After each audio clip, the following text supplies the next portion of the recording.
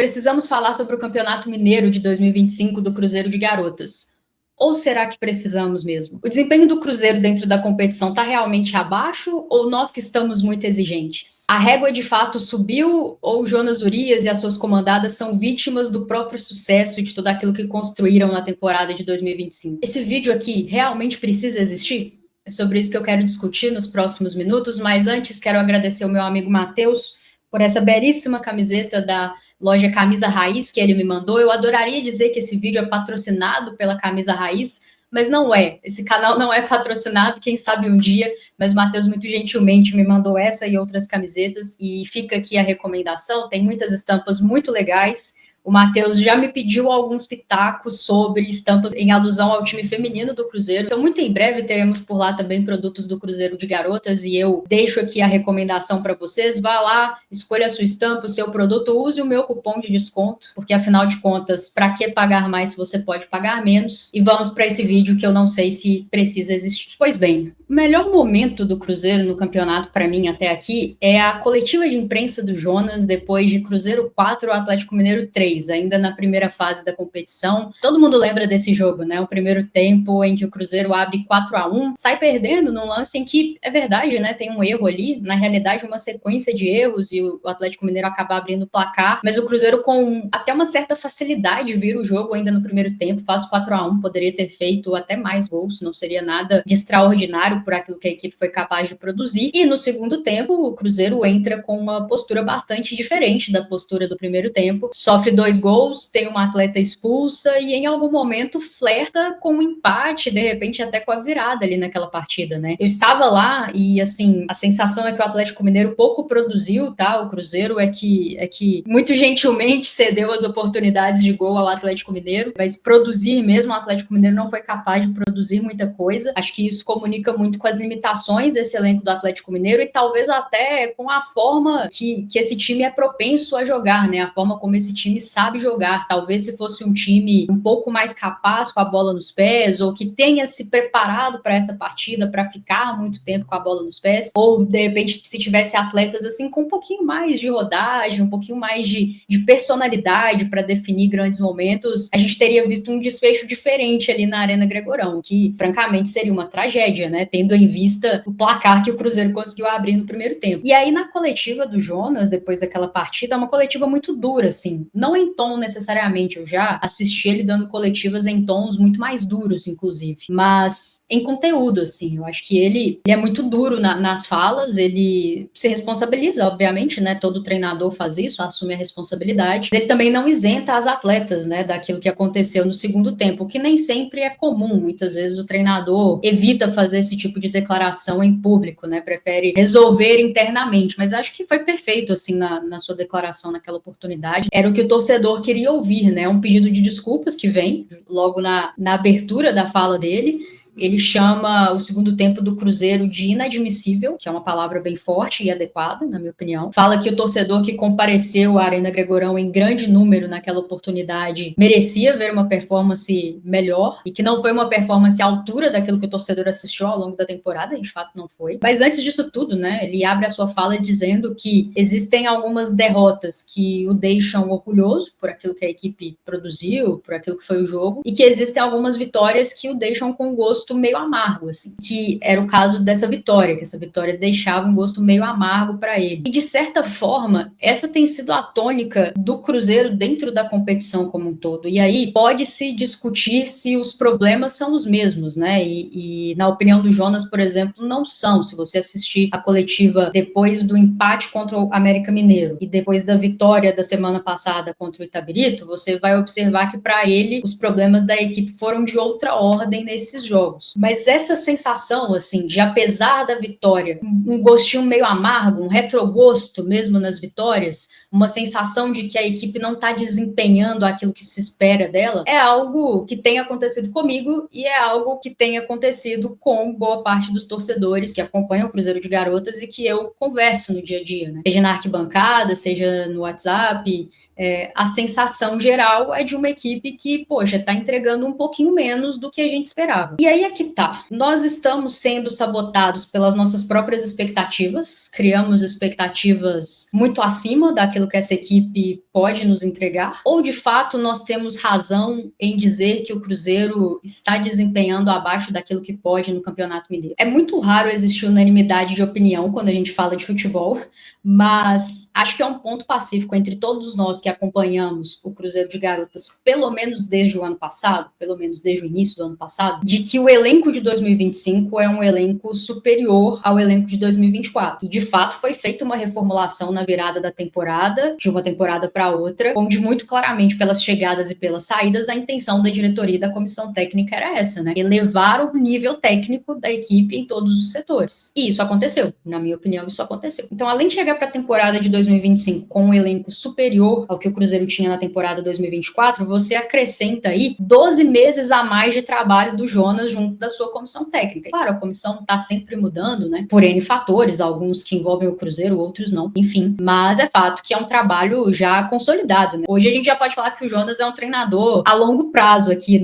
dentro do Cruzeiro, né? Então, você tem um elenco melhor, um treinador com um trabalho mais consolidado dentro do clube, logo a sua expectativa é que a equipe seja capaz de fazer um campeonato mineiro tão bom quanto foi o de 2024, se não for melhor. Só que não é exatamente isso que a gente está assistindo. E aí, não necessariamente a nível de resultado. A campanha do Cruzeiro, a nível de resultado, é exatamente igual à do ano passado. Na primeira fase, vence todos os adversários, com exceção do América, empata esse confronto, e vence o jogo da ida da semifinal. Caso volte a vencer o Itabirito agora no sábado na Arena Gregorão, o que é o provável, né, bastante factível que o Cruzeiro consiga uma nova vitória, a campanha vai ser exatamente igual a nível de resultado. Mas a performance do Cruzeiro nessa temporada, em especial nos jogos relevantes da competição, e quais são os jogos relevantes? Na primeira fase, os dois clássicos, né? São os jogos mais relevantes, os de maior significado a nível de rivalidade e também os maiores desafios competitivos para essa equipe, né? Porque, afinal de contas, a diferença entre o Cruzeiro, a nível de futebol jogado, para as equipes do interior, ela é muito grande. Então, nessas partidas da primeira fase, que são realmente importantes, assim, a nível competitivo e de relevância por conta das camisetas e da rivalidade envolvida. E nesse jogo da ida, da semifinal, diante do Itabirito, a sensação é que o Cruzeiro não conseguiu entregar 90 minutos consistentes em nenhum desses três jogos. E não foi assim no ano passado, né? Mesmo ali no empate com o América, um jogo tava chovendo, né? O Cruzeiro acaba fazendo um pênalti ali, talvez evitável no final do jogo, e aí sofre o empate. Foi um resultado bem amargo, mas em linhas gerais acho que foi um jogo bem diferente até do que foi o dessa temporada. E até se a gente aprofundar nos números, assim, o Cruzeiro no ano passado, no Campeonato Mineiro inteiro, sofreu só um gol, justamente esse gol de pênalti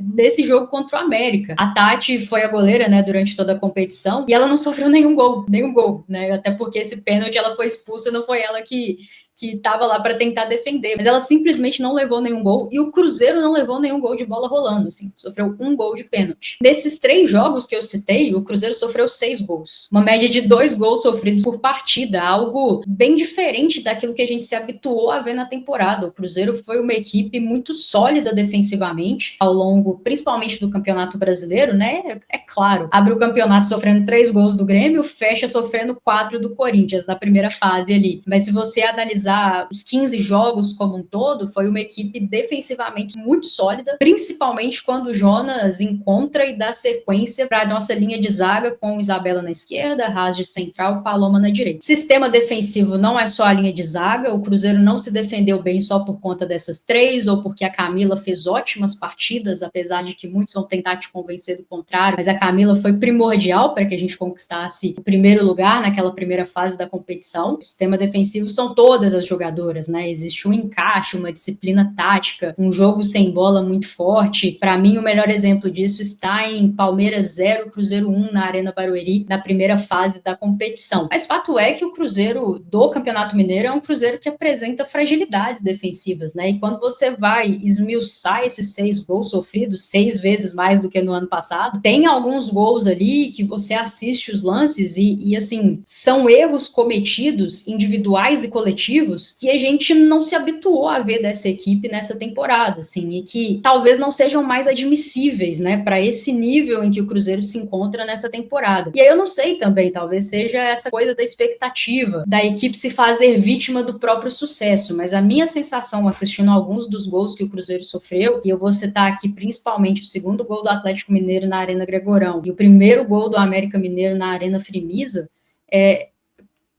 cara, é difícil admitir esse tipo de gol de uma equipe da qualidade individual e coletiva do Cruzeiro, né? Dentro de tudo que essa equipe construiu ao longo da temporada e vem construindo, né? Temporada após temporada, não sei se dá para admitir esse tipo de erro. É claro que erros acontecem, assim, ninguém vai acertar 100% do tempo, mas existem alguns erros que, para alguns níveis de equipe, poxa, não faz muito sentido. E eu acho que o Cruzeiro se tornou uma equipe de um nível que determinados erros deixam o tal do retrogosto. Por mais que o resultado final não seja ruim, né? Vitória diante do Atlético Mineiro, empate diante do América Mineiro, que era o que a gente precisava para classificar em primeiro lugar geral da competição. E aí existem alguns aspectos técnicos da competição, do Campeonato Mineiro Feminino, que tem que ser abordados, né, cara? Eu acho que os gramados são muito ruins, né? Muito, muito ruins. Eu não acho o gramado do Gregorão nada excepcional, mas parece um gramado de Champions League, perto de alguns outros em que o Cruzeiro teve que atuar dentro desse estadual. Os horários dos jogos muito ruins, né? Esse horário de 15 horas, apesar dele ser meio que padrão no futebol feminino, é um horário, para mim, bem ruim, né? Muito sol, muito calor. E 10 horas da manhã, então, nem se fale, né? O Cruzeiro teve que jogar 10 e meia agora diante do Itabirito. Eu acho que essas questões, elas pesam, né? Elas atrapalham e ainda tem o fator mais agravante para mim, que é o campeonato estadual ser o último a ser disputado. Você faz uma temporada super intensa, muito desgastante em todos os sentidos para o seu grupo de atletas e você ainda tem que jogar o estadual, que é o campeonato de nível técnico mais baixo, ao final do ano. Assim. Eu não gosto do estadual no final do ano por muitos motivos e um deles é esse. Acho que a equipe já chega num nível de desgaste físico, mental muito alto, assim, para disputar uma competição de nível técnico muito baixo, tanto nesses aspectos que eu citei, quanto no nível técnico dos adversários, né? O Cruzeiro hoje está numa posição em que ele é o melhor time de Minas Gerais, com alguma folga para o segundo colocado. Então, todos esses ingredientes acabam contribuindo também para que a gente assista partidas aquém desse time, né? Aquém daquilo que esse time foi capaz de produzir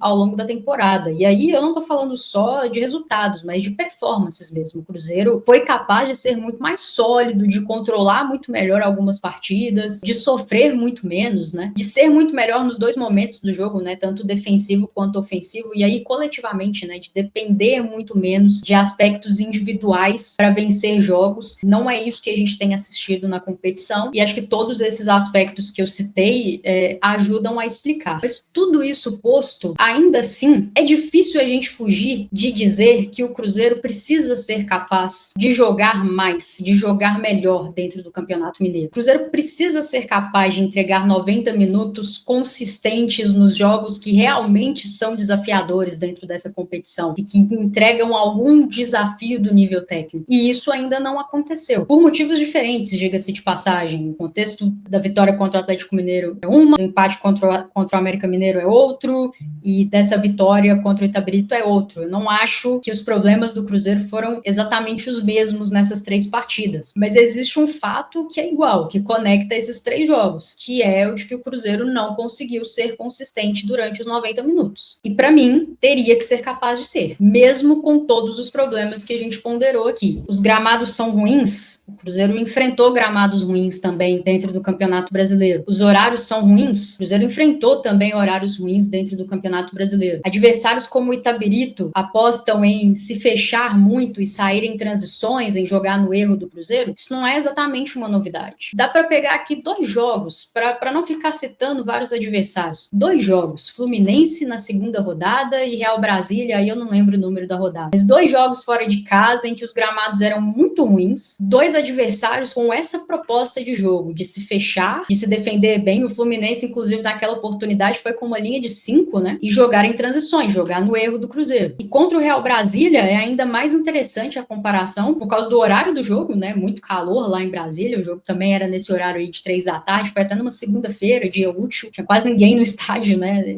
Enfim, CBF. E além disso, nós fomos com alguns desfalques importantes para aquele jogo, né? Vocês vão se lembrar, Isabela e Paloma receberam o terceiro cartão amarelo diante do Flamengo, desfalcaram o Cruzeiro, nem viajaram. E a Letícia tem o problema do torcicolo lá no dia anterior, né? E não consegue jogar. E aí a Marília, que vinha fazendo a ala pela direita, é deslocada para fazer dupla de ataque com a Bianca, né? E a Miriam vem fazer a ala pela direita. Não pesquisei isso não, mas se a minha memória não está me traindo, é isso mesmo. Desfalques importantes, né? 3 titulares aí, Paloma, Isabela, 2/3 da nossa linha de zaga e ainda a nossa centroavante. E dentro desses 2 jogos que eu citei, Fluminense e Real Brasília, além do Cruzeiro ter conseguido vencer essas 2 partidas, mais do que isso, acho que conseguiu sofrer menos, né? Conseguiu ser mais consistente do ponto de vista defensivo e principalmente contra o Real Brasília, resolveu o jogo com uma certa naturalidade, né? Conseguiu construir o placar e sofreu muito, muito pouco. Me lembro que o lado direito do ataque do Real Brasília levou algum perigo ali no primeiro tempo, principalmente com a Primo, mas o Cruzeiro conseguiu controlar muito bem o ímpeto naquela oportunidade. A Isa Haas jogou pela esquerda e assim, não só por causa dela, né? Mas o time como um todo conseguiu controlar bem o Real Brasília. As oportunidades em que o Real Brasília tentou essas transições, no geral, sofreu muito pouco e construiu um 3-0 até com certa naturalidade. Contra o Fluminense ficou 2-1, né? O Cruzeiro leva um gol de bola parado, um belíssimo gol da Sorriso, diga-se de passagem. Encontra um gol ali na reta final, até meio que numa sorte, né? Assim, bate-rebate e tal, e a Gabizinha consegue colocar a bola no fundo das redes. Mas o grande ponto, para além de dizer que as performances foram mais consistentes, é que esses 2 adversários são muito mais desafiadores, têm muito mais qualidade técnica do que o Itabirito, né? O Itabirito é uma equipe que disputou a 3ª divisão do futebol nacional. Então, o que eu tô querendo dizer aqui é que eu assisti nessa temporada o Cruzeiro jogar fora de casa contra 2 equipes que mandavam seus jogos em gramados muito ruins, que tinham uma proposta de jogo de se defender bem, de fechar espaços e sair em transições, jogar no erro do Cruzeiro e tentar aproveitar desse erro para nos punir, e que eram muito melhores assim do que o Itabirito do ponto de vista técnico, e o Cruzeiro conseguiu fazer jogos melhores contra essas equipes. Eu vi isso, eu vi o Cruzeiro fazer isso. Então é natural que eu crie a expectativa de que o Cruzeiro vá conseguir fazer um jogo mais seguro diante de uma equipe que disputou a 3ª divisão do futebol nacional nessa temporada e subiu, né? Parabéns ao Itabirito, eu já falei várias vezes, acho que é um projeto que merece todo o nosso crédito, todo o nosso apoio. Eu torço muito para que faça uma ótima Série A2 em 2026, é muito bom para o futebol mineiro ter o Itabirito na 2ª divisão do futebol nacional, mas como eu estou aqui analisando nível de enfrentamento e tendo em vista o que eu consegui assistir do Cruzeiro em circunstâncias parecidas, de proposta de jogo de adversário e de gramado, eu espero sim que o Cruzeiro seja capaz de fazer um jogo melhor diante do Itabirito, mesmo com as condições de gramado e de estratégia do adversário, porque ele já foi capaz de fazer isso contra adversários mais desafiadores nessa temporada. E aqui, né, tô até excluindo outros adversários que nós enfrentamos em casa que vieram com essa mesma estratégia, mas não é difícil de pensar. Você que assistiu todos os jogos certamente vai se lembrar. Então, não, eu não acho que as nossas expectativas estão muito acima do que deveriam e por isso estamos decepcionados. Eu acho que é legítimo o torcedor do Cruzeiro esperar um pouco mais dessa equipe, porque nós vimos ao longo da temporada essa equipe entregar um pouco mais. E aqui eu não tô falando assim de goleadas e coisas do tipo, mas de jogos mais consistentes, sabe? Aquele jogo controlado do início ao fim, em que você consegue, na sua estratégia, ser superior ao adversário na estratégia dele. Essa é a minha expectativa para o Campeonato Mineiro do Cruzeiro, assim, né? Era a minha expectativa para o Campeonato Mineiro do Cruzeiro. E principalmente nesses 3 jogos mais importantes da competição até aqui, eu não consegui enxergar isso. Eu não acho que o Cruzeiro nos entregou isso. Isso me preocupa para a sequência? Não. Sendo muito sincero, não. Eu acho que o Cruzeiro não precisa fazer um grande jogo, uma grande apresentação durante 90 minutos para vencer o Itabirito no sábado. Eu acredito que o Cruzeiro vai passar do Itabirito e acredito, inclusive, que vai passar vencendo. E é bem provável que vença bem. É bem provável que faça um jogo parecido com o que foi o da primeira fase. O departamento de futebol feminino do Cruzeiro sabe da sua responsabilidade, né? Não passar para a final do Campeonato Mineiro seria uma tragédia, assim, um vexame retumbante do ponto de vista esportivo. E essa turma sabe disso. Então, isso não me preocupa de forma alguma. A final do campeonato nessa temporada será em enfrentamentos de ida e volta, né? Então, é um confronto de 180 minutos decidido na casa do Cruzeiro. E nesse contexto, a equipe que é melhor do ponto de vista técnico, que tem mais soluções de elenco, ela acaba saindo em vantagem antes mesmo do jogo começar, porque às vezes em 90 minutos muita coisa pode dar errado, uma expulsão cedo, né? Sei lá, um pênalti, um gol contra, e aí as forças se equilibram mais e a zebra pode reinar, né? A equipe que é inferior pode vencer. A gente assiste isso o tempo todo no futebol. Em confrontos de 180 minutos é mais difícil disso acontecer. Quando existe uma disparidade clara entre os dois finalistas, uma disparidade técnica, principalmente, é natural que num confronto de 180 minutos isso fique muito claro. E essa disparidade técnica, ela existe, né, entre o Cruzeiro e o Atlético Mineiro. Assim, eu acho que o Atlético Mineiro teria que ser muito incompetente para perder essa vaga na final para o América Mineiro depois de ter feito 4-0 no jogo da ida, considerando já o Atlético Mineiro como classificado. Eu sei que no futebol feminino a média de gols é muito mais alta, o jogo é jogado, mas assim, acho que teria que ser muito incompetente para perder essa vaga depois do que fez na primeira parte do confronto. Então eu estou considerando já que essa final vai ser Cruzeiro e Atlético Mineiro, e acho que num confronto de 180 minutos, por tudo aquilo que essas equipes apresentaram ao longo da competição e até mesmo no jogo em que se enfrentaram, para além do resultado, olhando a performance, o que cada equipe foi capaz de produzir, é difícil imaginar que em 180 minutos o Atlético Mineiro será capaz de produzir o suficiente para vencer o Cruzeiro. Sem contar que numa final eu acredito que a mobilização é muito diferente, né, de todas as partes, e isso não vai ser diferente para o Cruzeiro, onde o treinador, a comissão técnica, esse grupo de atletas, a diretoria, todos estão muito cientes da sua responsabilidade no campeonato. O Cruzeiro entra como favorito e vai precisar justificar esse favoritismo, em especial diante do seu maior rival, em especial definindo esse confronto na sua casa. Então, eu não estou preocupada, assim, com o desempenho do Cruzeiro no sentido de perder o título da competição. Eu, sinceramente, não acredito que isso vai acontecer. Mas eu acho que a gente vive um momento interessante, né, em que as expectativas, elas mudaram, porque a régua de avaliação mudou, a régua subiu. E isso tem a ver com o trabalho que foi feito esse ano, sim, mas tem a ver com o que vem sendo feito no Cruzeiro desde 2022, assim, desde a era SAF do Cruzeiro, começando ali com o Ronaldo e tendo uma continuidade, pelo menos até o momento, muito bem feita pelo Pedro Lourenço, né? O Cruzeiro foi subindo o seu patamar competitivo ano após ano, assim, janela após janela, e aí você traz um treinador como o Jonas Urias, você tá fazendo uma sinalização ao mercado. Você traz uma jogadora como a Bianca Brasil para ser o rosto do seu projeto, você está fazendo uma sinalização ao mercado. E dessas contratações para cá, quantas outras contratações muito interessantes e de sinalização de força ao mercado o Cruzeiro fez? No momento que eu estou gravando esse vídeo, nós temos aí, das 5 titulares do Cruzeiro, tem contrato encerrando agora em dezembro, nós já temos a confirmação da renovação de 2, e das outras 3 nós temos via imprensa a informação de que a coisa está muito bem encaminhada, né? Que a Pri tem uma renovação automática por metas batidas, e lá na firma, centraldatoca.com.br, apuração de que Pedó e Marília já acertaram a sua renovação com o Cruzeiro. Isso significa que a gente deve ir para 2026 com a mesma base titular do time que nos trouxe resultados esportivos tão expressivos em 2025. Temos via imprensa informações de acertos com algumas atletas, acho que até o momento contratações bem interessantes, né? Claro, vamos aguardar o clube confirmar oficialmente para falar mais sobre isso, mas eu particularmente tenho gostado muito dos nomes. Acho que são nomes que elevam o nível de competitividade dentro dos setores aqui no nosso elenco. Então a sensação é de que é um Cruzeiro que segue melhorando, né? Que vai para um 2026 tão forte quanto foi em 2025 a nível de elenco, com uma vantagem de já ter uma base, né, pronta. O Jonas não vai ter que começar um time do zero, muito provavelmente, como foi esse ano em função da reformulação. E aí é natural, com tudo isso, que as expectativas competitivas e que a cobrança aumentem, porque a régua competitiva aumentou. O Cruzeiro se colocou num outro patamar, ele subiu uma prateleira quando a gente fala do futebol feminino brasileiro. E junto com as coisas muito positivas disso, vem também o ônus, né? E acho que o ônus é o fato de que esse grupo será cobrado não só por resultado, mas por performance também em uma competição como é o Campeonato Mineiro, em que essa equipe entra plena favorita, né? Aliás, para muitos, o Cruzeiro tem obrigação de vencer o Campeonato Mineiro. Eu, particularmente, acho obrigação uma palavra muito forte no futebol, mas eu concordo que perder esse campeonato seria um vexame, por tudo que foi o ano do Cruzeiro, e assim, quando a gente analisa os adversários, e aí não é faltar com respeito a nenhum deles, mas é que se você pegar os estaduais que estão sendo disputados nesse momento no futebol feminino, talvez o Campeonato Mineiro é o de maior disparidade técnica entre o favorito e os outros. O Campeonato Paulista é nivelado por cima, né? O Corinthians é favorito, mas não dá para descartar que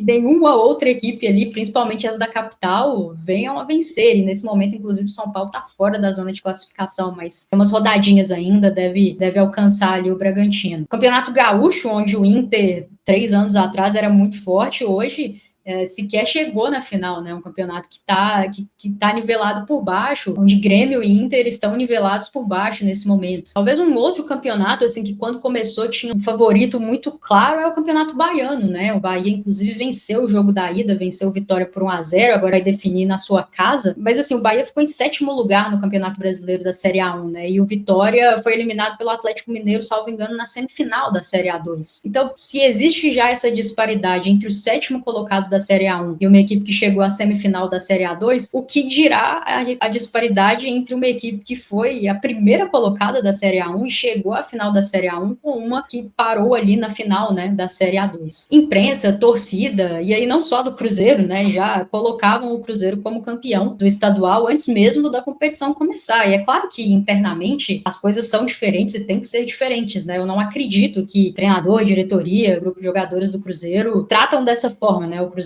campeão antes mesmo de entrar em campo. O futebol é jogado, eu não tenho dúvidas que quem trabalha com futebol sabe disso. Mas o ponto é que esse favoritismo é muito claro e a responsabilidade dessa turma é corresponder a esse favoritismo em campo, né? Só que não só nos resultados, como também nas performances. Como eu disse, a régua subiu. Talvez no ano passado as performances não eram assim tão importantes, sabe? Talvez o resultado no ano passado era muito mais importante do que as performances. Mas esse ano, por tudo que aconteceu, as performances passam a ser tão importantes quanto os resultados aqui no contexto do Campeonato Mineiro. E a tendência é que para o ano que vem, caso se confirme essa tendência de um elenco tão forte quanto o desse ano, né, manutenção da nossa base titular, e aí não estou falando só de 11 jogadoras, né, mas daquelas mais utilizadas, reforços pontuais para todos os setores para subir o nível competitivo, a tendência, e aí você, mais uma vez, iniciando o ano com o mesmo treinador, a estrutura que o Cruzeiro tem e com a reforma que deve vir aí na Toca da Raposa 1 já anunciada pelo Pedro Júnior, então a tendência é de uma estrutura que já é boa ser ainda melhor. É natural que essa cobrança, não só por um bom resultado, mas por uma boa performance, passe a acontecer com mais frequência dentro do Cruzeiro. E eu acho isso muito interessante, porque significa que nós estamos